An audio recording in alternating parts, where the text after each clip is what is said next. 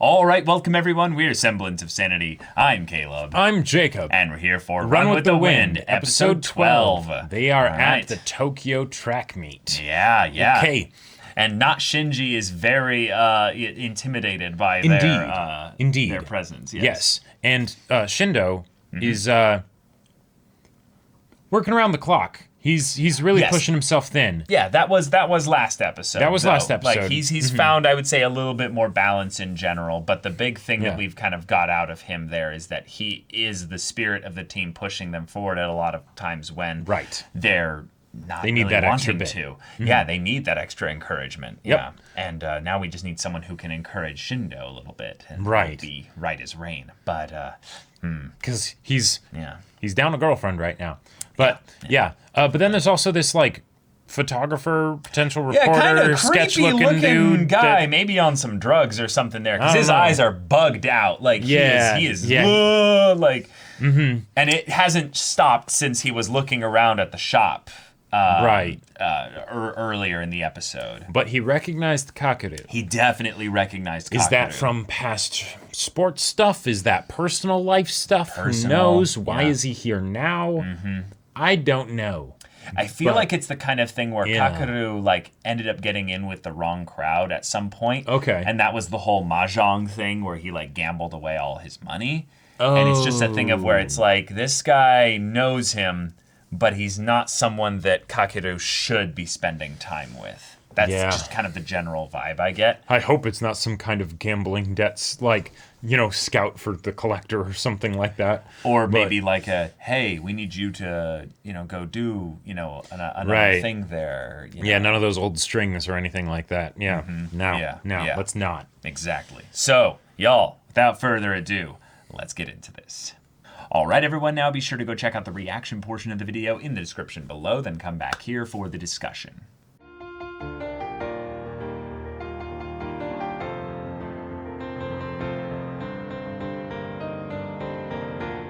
All right. Well, that is a development. That was a development. So, we're going to have our summer camp thing. Classic cliche. I love it. They even comment on it in the episode. Oh, curry too?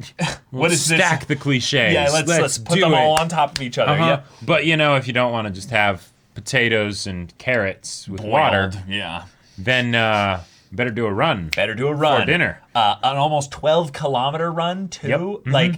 Like I think it was 11.4 kilometers. 3.8 times 3, so 11.4. That is a hell of a run. Which means if they're doing, what were they doing on the meets? Are those 5Ks? Yes. So they 5Ks. were averaging for the fast ones on average about 3.2 minutes per kilometer Something for the like fast that. people, for the really fast people and stuff. So that means they're basically saying, you guys need to do a 45-minute run, maybe, because it's going to slow down their pace, the longer they go. Yeah. So let's assume 40 minutes of running. That's not a long run for the fast people, but for the people that aren't able to make that pace, that are more like 4 minutes. Yeah, it's on the fast ones where it's only 5K. It's decent. It's decent. You will work up a serious appetite. Oh, yeah. No, and just seeing, by the way. Well, by the way. Okay, so there were a few things that happened this episode that I absolutely loved. One, the fact that Musa and Shindo got lost. I loved it. Yes. That was great. And then their sort of moanful wails and cries as they're trying to make their way back, because I will tell you. By the food bell. Ding, ding, right. Yeah. We did it. Because I will say, that has been me so many times. Getting lost out in the woods? Oh, yeah. Oh. Like, there was a point where some people basically wanted me to go on. They would give me riddles and all that and all this stuff to be like, yes, attain your enlightenment, and now we have put a thing at the top of a mountain hike, and go hike the mountain and go get the thing, right, and retrieve the whatever, and it was great fun, and I was like, yeah, I'll do it. Half-assed LARPing, basically, with exercise. It should have been easy to follow the trail. It should have been easy. But I didn't. I got totally lost. And the only way I actually was able to make it up was because, well, it was a mountain and I just needed to get to the top. Right. So, all right, you were getting up, keep you were going. doing the right thing. Exactly, right. But the hike turned into more of like a pseudo climb, right? And a wanderer climbing his way towards enlightenment. Like, I can get lost very easily. So the fact that they were like, hey, well, it's a detour, a shortcut. Everyone on Twitch knows that, that's for sure. So that, I was just like, okay, yeah, no, I get that. And then, but yeah, the whole thing of Haiji just being like, here's a bag of protein. Like, when you get into those big bags of protein, they don't just put like the little scoops in. They put big scoops in there. So the fact that he's like, it takes too long. Slow. I'll just pick up the whole bag and just start dumping it in there. Like, and the fact that he's putting strawberry whey protein in their curry, like, I mean, maybe there's a way to do that and make it work. I don't know. And they were like, hey, not actually that bad. There are sweet curries out there, Jake. Yes, I know. I wouldn't have expected strawberry to be part of the flavor for it, but I think it's who knows? I think it's the cheapness and ease of access. Yes. You only usually have whey and vanilla, strawberry, and chocolate flavors, and then there's just whey flavor. Yep. You know? So strawberry, I just gotta say, I find this hilarious because as someone who's had lots of whey protein, I know when the whey protein is good or when the whey protein is Bad? shit. Yeah. This is some bulk ass, low grade. It's the economy option. The economy option, Like- where they're like, we know that protein is protein. It's eventually just going to do its job. Right. As long as we get enough of it that our bodies can absorb and process. But the fact that he's like, I'm just going to dump thousands of grams of whey into this. Like, because to get a good amount of whey, you don't need a lot. Like, you don't need that much, really. Yeah, it depends on what you're wanting to do. But No, but really, even if you're, like, trying to build muscle and stuff, you don't need a bag this big. Yeah, no. There are 10 college guys that are going to be eating out of this, and I need to make sure that it's enough, you know. And I need to then... And he's not necessarily going to do the whole bag, but, you know, it's still the big scoop ain't enough. I want each of them to have 200 grams in this meal.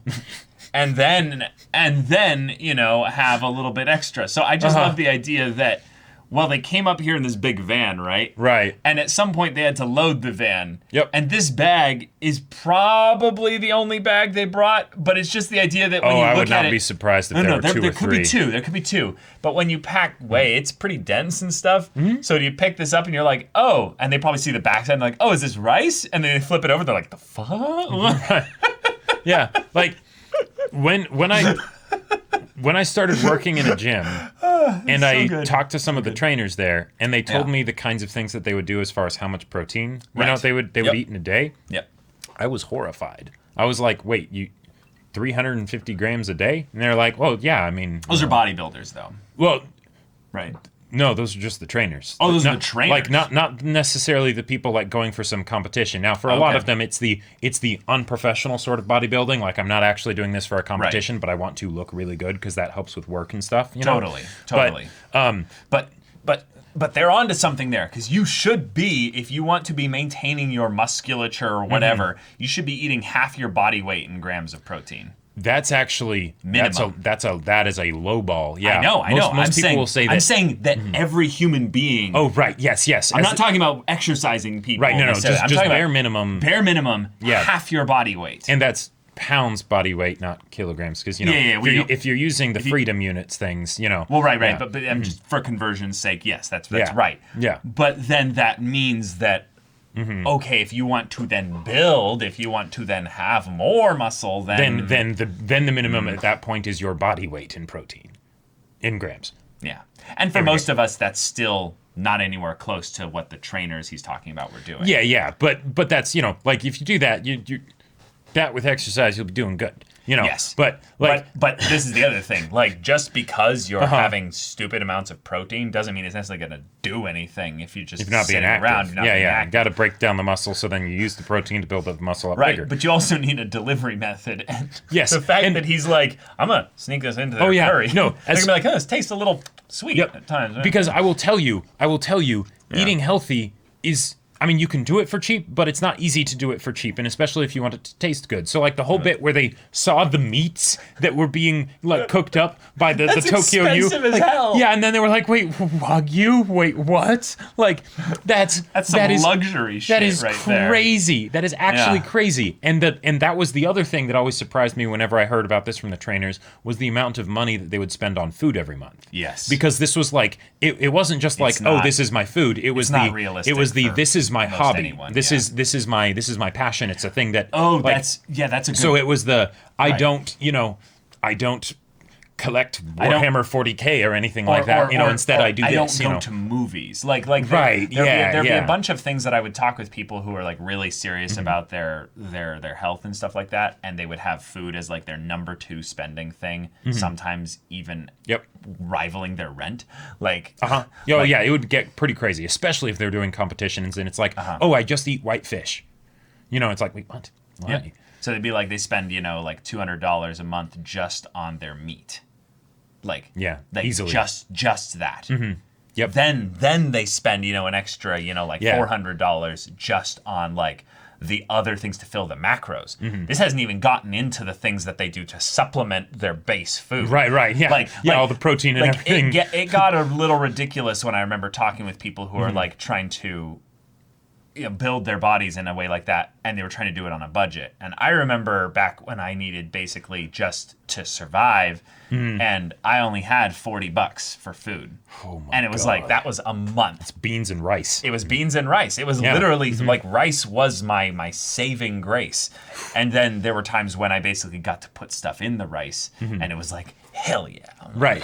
Well, and that's what I love about this, because the whole idea of all 10 of them doing this and the Hakone and all that stuff, right? That's expensive. Eating healthy, that's expensive. It is. And this is the like most economical way that they could probably possibly do it. We've got water, potatoes, carrots, protein, and then some curry mix. Like, there you go. That probably tastes pretty awful.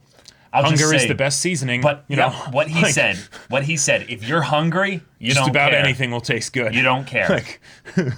I love that this was something that this show decided to show, because I am obsessed with this show at this point, but the reason why I'm obsessed with it are little dumb things that they do that I'm like, that! I get it! Yes!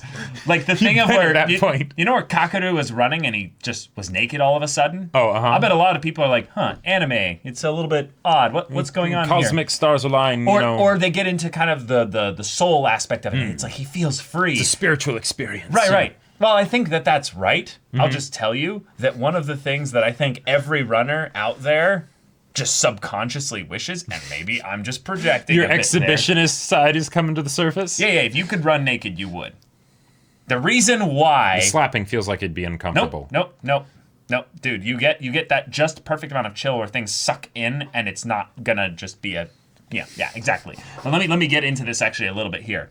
The reason why running is so exciting, I would say, is that it is primal. This is an aspect of our evolutionary DNA that we have run towards or away from things to survive since the beginning of time. Right. So when you get into running and it becomes a part of your life, it is a part of your daily do. You cannot live a day without going through a run of something like that. Your body starts to reinforce it and throws all the hormones into it, and it becomes addictive. Yeah. But the surreal moment where you feel the high of it, it's like you're flying naked. That is basically what it feels like. So you don't feel the ground anymore. So the sound of you tap, tap, tap, tap, hitting the ground goes away. The wind rushing past you, that's all you hear. You feel weightless, and then you feel like you have nothing on. And hopefully, if you're running with decent gear, which basically just means shorts and a bare ass, thing the whole on the top. Chris Traeger Bumbleflex, you know. I've seen some people who literally run in a Speedo. And that's it. Because they're basically like... And this is the privilege of men specifically in this case as well, where they can be bare-chested and no one's going to be like, oh, how dare you? Right. But that's literally just the thing of where they're like, this is just for you. This down here, I'm just doing this so you guys don't arrest me. But if I could... Are you kidding me? Just the fact that I'm sweating at times and it's just like... Yeah, no, they would be free balling, just go straight all the way there. It's the best. There was always that one dude that would go to the gym in just the Speedo. And it was like I've seen people get kicked out of gyms for coming like that, though. This was the kind, I mean, this was a serious gym. This wasn't some Planet Fitness or something. And shots fired. Yeah, no, but you know, if you got to use Planet Fitness, do it. You know, it's better than nothing for sure. But this guy was yoked. Like it's the I'm working out, but I'm also practicing getting ready how I'm going to pose for the competition. It's when their waist goes up, but then randomly it goes like this when they hit their chest. Right. Yeah. And it's disgusting. And it's all the muscles of the legs going right up to the Speedo are being worked on. Like, you know, and you can see them being worked on, you know, but yeah. Yeah. So this tangent aside, right. Physical Anime bodies episode. Yeah. We had the guy who was being kind of creepy. We find out who he is. Right. He works with a magazine, and he wants to interview not just necessarily the group, but Kakeru specifically. And I'm wondering... And he recognized Kakeru from high school. Right. Now, the fact that he's with a magazine, that could mean that this is actually fairly good, but... Like, it's fairly legitimate. Yeah, fairly legitimate. Yeah. But my mind immediately went to, like, okay, is this like a tabloid or something? Is this some kind of unreputable magazine that's like wanting to be like, oh, here's the scoop from something bad that happened in Kakeru's past because he made news or something like that. See, and now we're going to bring it back up. I would say that even if I don't understand like how it is in Japan, there's no way that he's doing this for clicks or any kind of like tabloid kind of stuff. If anything, what I would say is that he is doing this for the there was a story that did hit that surprisingly peak levels of interest for a lot of people, but it was for a reason that made Kakeru suffer. And maybe the same kind of reason that not Shinji brought up in this episode of it you finally have team. Breaking the team, you finally have friends now and all of that stuff. Yeah. Exactly. And so what I think it was is it's something that highlighted the inconsistency in Kakeru's character with regards to how he interacted with the team maybe in running, or something that forced him into that position where he ended up being against his own team. And that thing that Haiji brought up like in the very beginning of no one will yell at you might be loosely connected to that as well. Possibly. Because we still don't have a perfect picture from Kakeru's perspective of what the details were of what happened in high school. Yeah. But he stopped running. He stopped. And we know there was tension with the rest of the team because he was getting treated different. And we know that this not Shinji guy knows about it and has personal feelings on the matter. Yeah, right? In some ways, I think that he still is hurt by it. Definitely. And he is biting back in the same way that in the ways that he can. Well, right. Childish, exactly. I love the fact that Haiji barked back at him. So one of the things that I will die on this hill with regards to Haiji is that he is best boy. He is unequivocally best boy in this show, but that's not what I was going to make as the point here, is that he channels big Griffith energy at times. Oh, okay. And there's times when he realizes, no, I'm actually going to be more Sugawara, and I'm going to be, these are characters from Berserk and Haikyuu, respectively. He's going to be kind of Team Mom. Sure. And he's going to be like, hey, boys, calm down. Play nice. So let's stick with the main thing. And every once in a while, he's like, no, you know what? I'm a cut a bitch. I'm, like he, like puts the gloves on. And he's like, I will throw hands now. Because I'm not egotistical or anything. But I am very possessive of my boys and very like this is my boys, these are my team, and you coming after them, I will hurt you. Well, let's put it this way: I will cut into your ego. Right. Yeah. Not Shinji. There was a sign warning about bears in these woods. Oh, jeez. You know.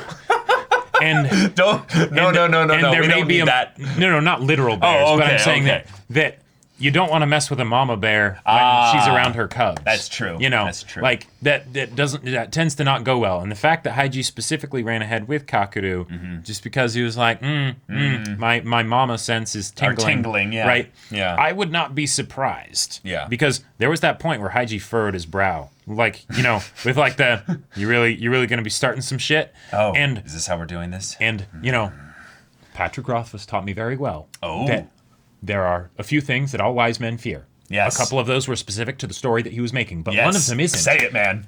That all men fear a wise man's wrath. Is it calms man? A calm man's wrath. Yeah, all wise men fear a calm man's wrath. Thank you. Yeah, because Right. you don't normally see that. Nope. So you are not sure what you're going to get.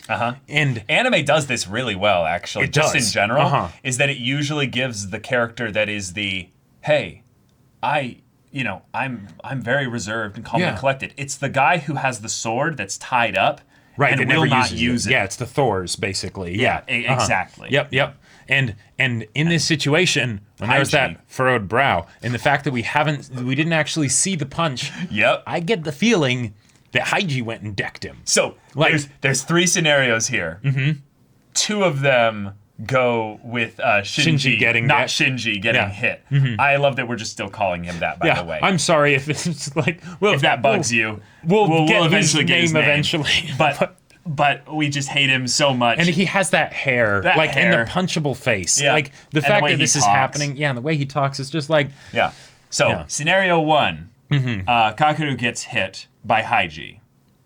okay, yeah. And basically just gets stopped there as well. Scenario 2, this is the most likely one. Kakeru hits not Shinji. And then scenario 3 is that Haiji hit not Shinji.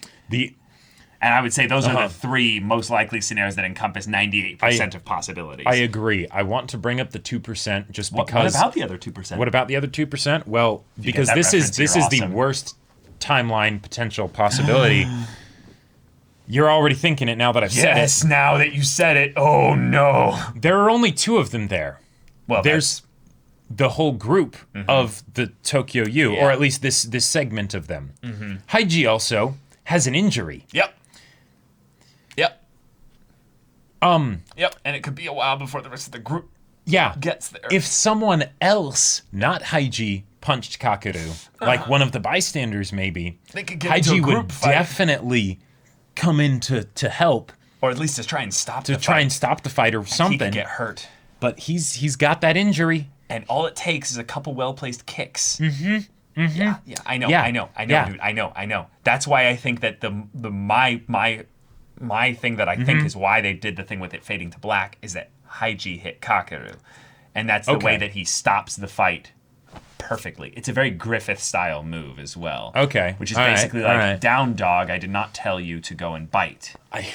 Like, it is kind of like, that would be a Griffith-style thing. Griffith either sends Guts in and goes, I'm a genius, or he's like, Guts, I tactical did not genius. tell you to go and kill someone here. Right. Like- I personally though, I find it more likely that Haiji would actually punch not Shinji. Okay, Because that it's is the, very likely. Because it's the you're being a child, you do kind of need to get punched at this point. I'm not going to let Kakeru punch him, but I'm not going to do something that will physically stop Kakeru. I'm going to do something that will stop him in his head. Because I'll beat him to it. Okay. But the reason why I am almost like avoiding the thought of that is then you literally think it the would- worst timeline of... Because then it turns into Well, a the fight. other teammates were in on this. This wasn't Yeah, Shinji's thing. yeah, The rest of them were like, hey. Right. These guys He kind of was made a probably the fool out of us instigators. before at the meet. Right. So let's Yeah. let's Oh man.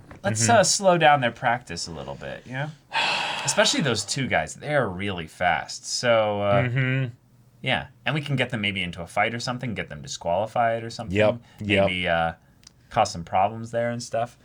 Oh, Mama Haiji. I'm just saying. Oh. Like Okay. Yeah. All right.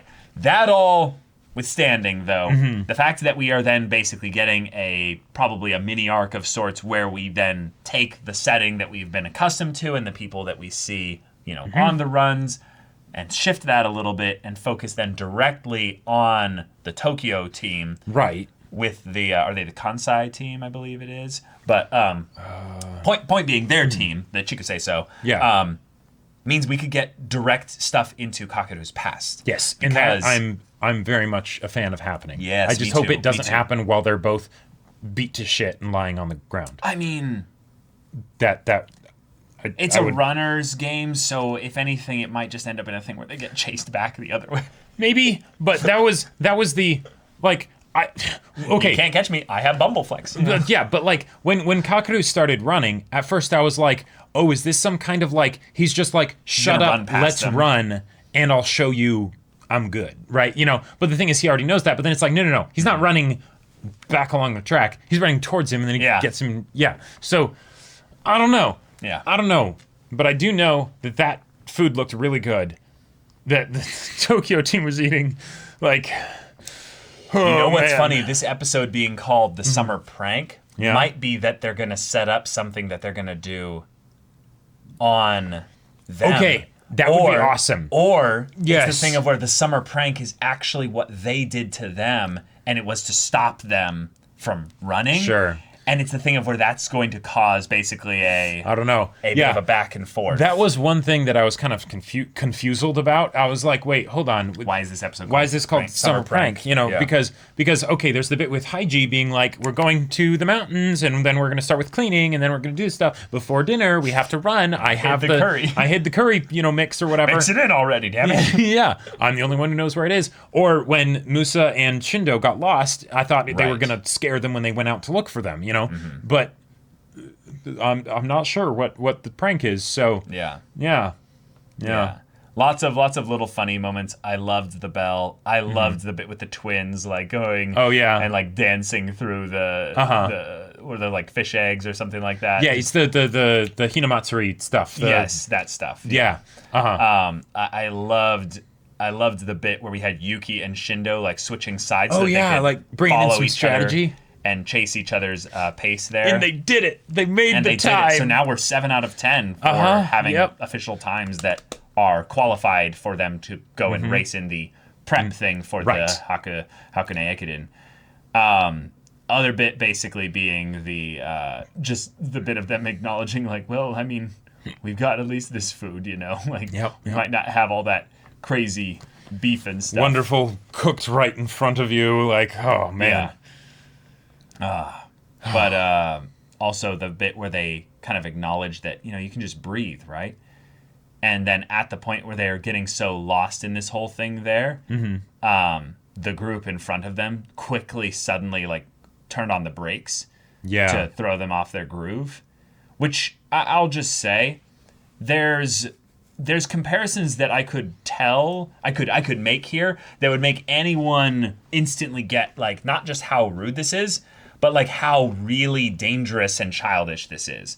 Okay. Because there's rudeness, but then there's like the like really over the top. Like this is something that just people who run just don't do. Well, yeah, there's like okay, so an example would be it's dangerous if you're driving in a car and the person in front of you on the freeway full throws the brakes on and then keeps going. They could kill people. Like that's how dangerous that is there. If you end up running into someone when you're in full tilt sprint like that, all of a sudden, you could roll your ankle really badly. Sure. Like, I mean, really especially if badly. you get your legs tangled up because you're like, whatever. I don't know. Yeah. I Basically, don't know much about running. The joint stuff with the legs, it's really dangerous. But the other part of this is that it is such an ingrained aspect of someone who runs publicly and stuff like that. When they're an individual, when they end up basically having to navigate through people who are just walking on the trail. Sure. So they basically give verbal signals of stuff like, hey, coming up on your left, coming up on your right, giving this stuff like that. That is something that every runner finds out about rather quickly. They even showcased it happening in the competition. Where during the track meet thing, the one guy's trying to pass him, but he's like, oh, I can't do it. They're about to lap us. Yes, and the courtesy thing is give them the inside. Move to the right. To the right so that they have the passing lane, right? Yep. There you go. And they did it again for Kakeru and the group when they were looping around as well. Exactly. So it happened twice. Right. In a competition or, it was a meet. Yeah. But, they can get their better official times and things like that. So it's important, right? There is some serious competition happening here. True. Whereas this, they're just training. This is just training. Mm-hmm. It's one where there's a super wide trail in general. There were like 7 people abreast and they could go just fine. Mm-hmm. So this is like 7-year-old kind of level maturity. Right, and that's why I loved it when Haiji said, we don't need to, compete against children because like Yeah. that could be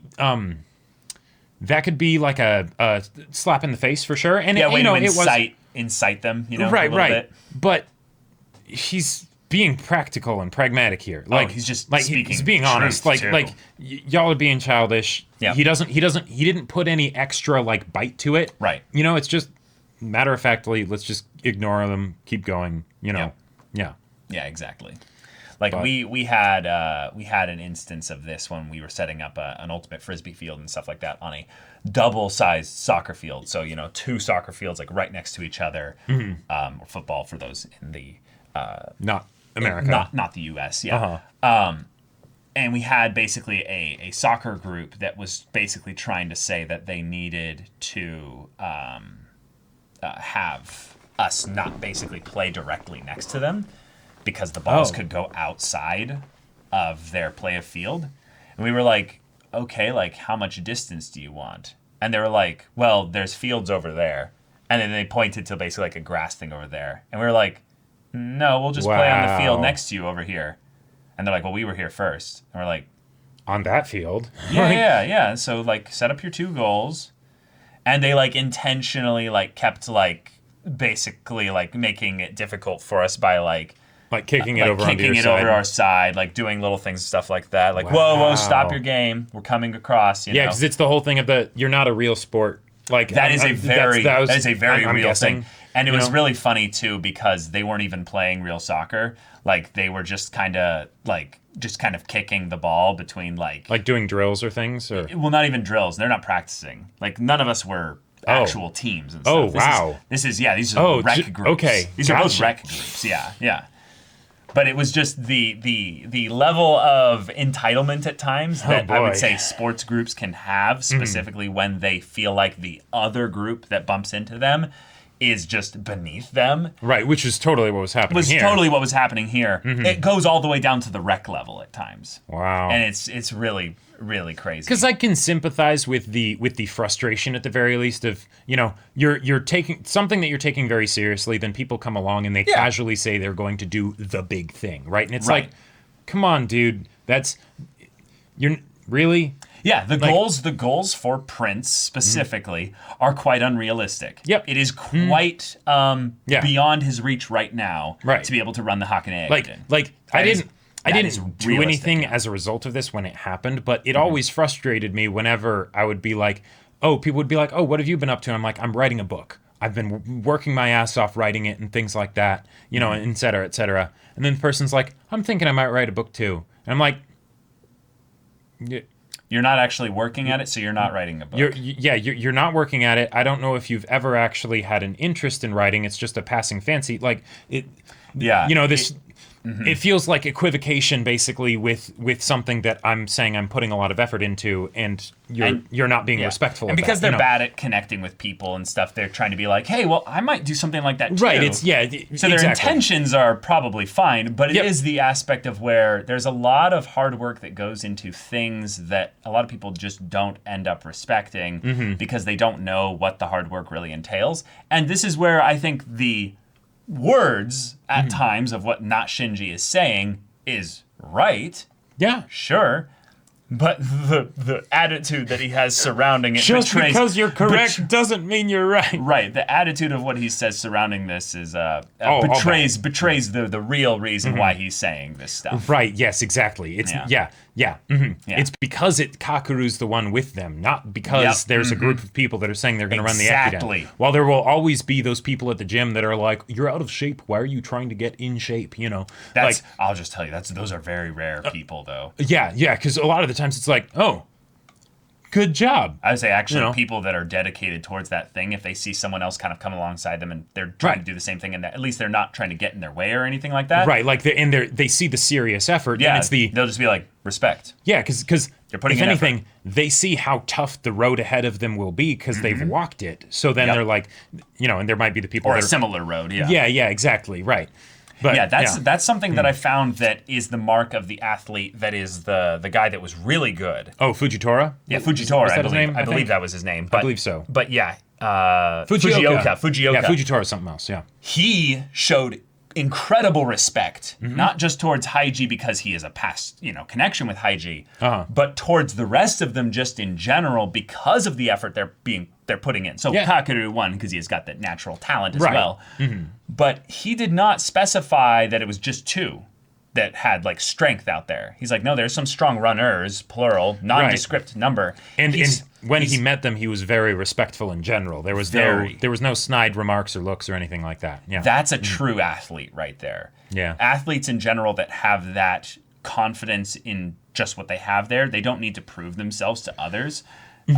Just show extreme respect to those that are serious about it. Yeah. Now, if people are mockingly taking it serious, then they can sometimes drop the truth bomb of like, hey, you should quit. Right. You're not doing this for the right reasons, Yeah. This is the last thing I really have to say about this episode, but it feels like something where it shows what the priority is. And I'm not talking about like, thinking about the people that are trying to do this or whatever. Right. But is it about the competition and whether you can win, or is it about the act of doing the thing itself? Yep. Right? Because if it's just about that, well, like it was with Kakeru earlier, if it's just about top speed, numbers, things like that, right? Then you won't respect the people that are putting in the hard work. Totally. But if it's the no, the regimen, the discipline of it, the actively working to better yourself and doing the hard thing, if that's what's important, then it doesn't really matter what your results are, other than that shows that you've probably been sticking to this for a long time, right? Exactly. So there's that aspect to it. But even if the person is new to it, it's all right, you know. Yeah, there was a thing recently with chess where there was a tournament of sorts that was being set up for a bunch of people that were very, very new to chess to come in and play chess at a serious level. Not at a serious level, but being encouraged to basically take it really seriously for, real money, rewards and stuff like that. And there were a lot of really snobby chess players that basically looked at this as like, you're besmirching chess by bringing in all these... Yeah, the gatekeepers, basically, who are saying, you're not allowed to compete at chess unless you have a rating of above at least 1,800 or something like that. I don't know what the chess numbers are. But that kind of mentality is everywhere in any kind of competitive thing and stuff like that. And yet, I don't even consider them really to be true icons of their sport necessarily, because basically what they're saying is that we are a dead end, and once you've achieved like a certain we are level the pinnacle here, then anything else you are beneath beneath human. You're not that's worth why spending time on. Don't ever do that with anime or anything really. But because this is something that definitely can happen in anime, so don't do that. Someone like Sword Art Online. You're being childish. You let them like that Sword Art Online. Yeah, exactly. You're being childish. Yep. But y'all, thank you so much for watching this episode's reaction and discussion. If you want to see the next episode's reaction and discussion right now, though, go check out the link in the description below. For our Patreon, you can get an early access there. You can watch full-length timer reactions there, and all this comes with Discord access there, so you can chat with us and the community about this show, about anime in general, and also be sure to check out our Twitch channel. Yes, we stream every weekday. The info is in the description. Yeah, so if any of that interests you, we'll see you there. But until then, we're Semblance of Sanity. I'm Caleb. I'm Jacob. And we'll see you all next time.